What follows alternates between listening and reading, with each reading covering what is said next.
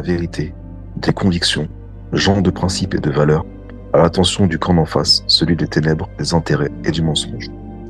On ne choisit jamais un harcèlement, pas plus qu'on ne choisit d'être opprimé ou torturé. Nous sommes en guerre, non parce que nous le voulons, mais parce qu'on nous l'impose. Nos bourreaux du quotidien sont des personnes qui, pour la plupart, ont décidé de tendre, naïvement ou pas, leurs bras à une certaine injection durant ces 4 dernières années, devenant ainsi ensuite des HGM, humains génétiquement modifiés, qui ne sont plus dignes d'être qualifiés d'humains. Ils ont renoncé à leur bonne conscience. Ils se sont rendus eux-mêmes monstrueux, préférant, par amour de ce bas monde, adorer l'argent et les privilèges divers au détriment du respect de la vie de leur prochain. Cette scission entre votre corps et ses désirs charnels divers et votre conscience, votre esprit, ont crucifié votre âme. L'absence de raisonnement personnel, de remords, d'accès à toute forme d'empathie nous démontre quotidiennement cette réalité qu'ils imposent via des opérations technologiques élaborées, vicieuses et perverses à l'encontre du genre humain à travers les moyens d'armes et énergie dirigées, principalement les ondes électromagnétiques, les lasers et les moyens de contrôle psychotronique. Vous n'êtes plus digne du genre humain à partir du moment où, par les moyens précités, vous avez décidé de nous briser, de nous priver de nos libertés fondamentales de penser, d'exprimer nos pensées, de déplacement sans surveillance constante, de nous informer librement et d'exercer de l'information, du droit au respect de notre intimité chez nous et en tout lieu, de dormir, réfléchir normalement, etc. Et tout cela 24 heures sur 24 et 7 jours sur 7, 365 jours par an.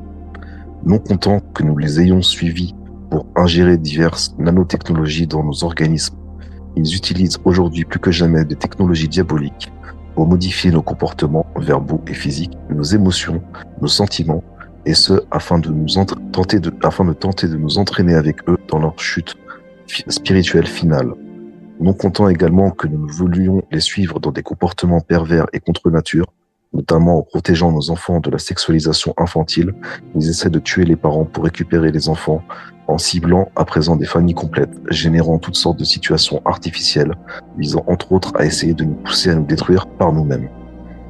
Les forces de l'ordre participant à ces exactions criminelles sont encore pires que les civils employés pour sous-traiter et participer à ce terrorisme à notre rencontre de simples civils.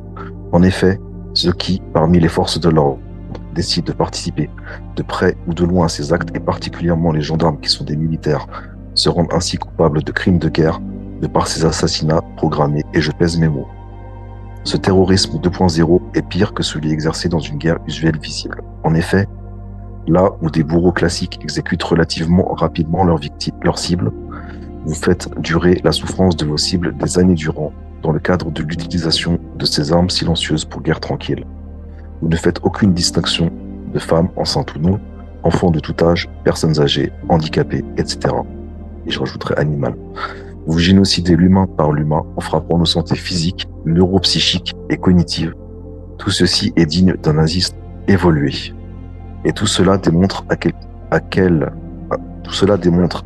à quel réel haut degré vous êtes finalement arrivé, à un haut degré sur l'échelle de la lâcheté. Nous espérons sincèrement des personnes courageuses parmi les différentes forces de l'ordre qui fassent opposition, de façon personnelle ou non, en se désavouant et ou en dénonçant ces traitements inhumains complètement déloyaux qui, à défaut, resteront gravés sur votre conscience car ils n'effaceront pas tout de votre mémoire. Vous êtes également le peuple et humain sous vos uniformes.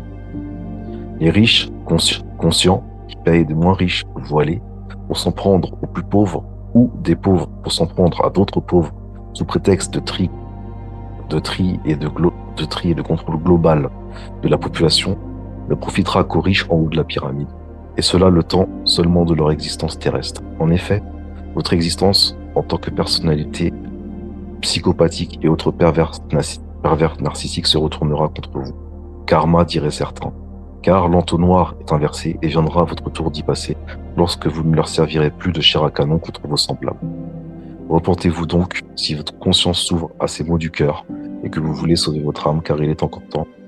Les jours actuels sur Terre sont mauvais, mais vous pouvez choisir votre éternité spirituelle. Il n'en tient qu'à vous de choisir de sortir des ténèbres avec dignité pour rejoindre avec honneur le camp de la lumière au milieu du nouvel ordre mondial qui nous est imposé. La puissance du pardon est libératrice. Il ne tient qu'à vous de choisir la repentance, de choisir de changer de combat et de chemin de vie. Vous retrouverez votre honneur et sortirez vainqueur de ce choix au long terme en sauvant votre âme.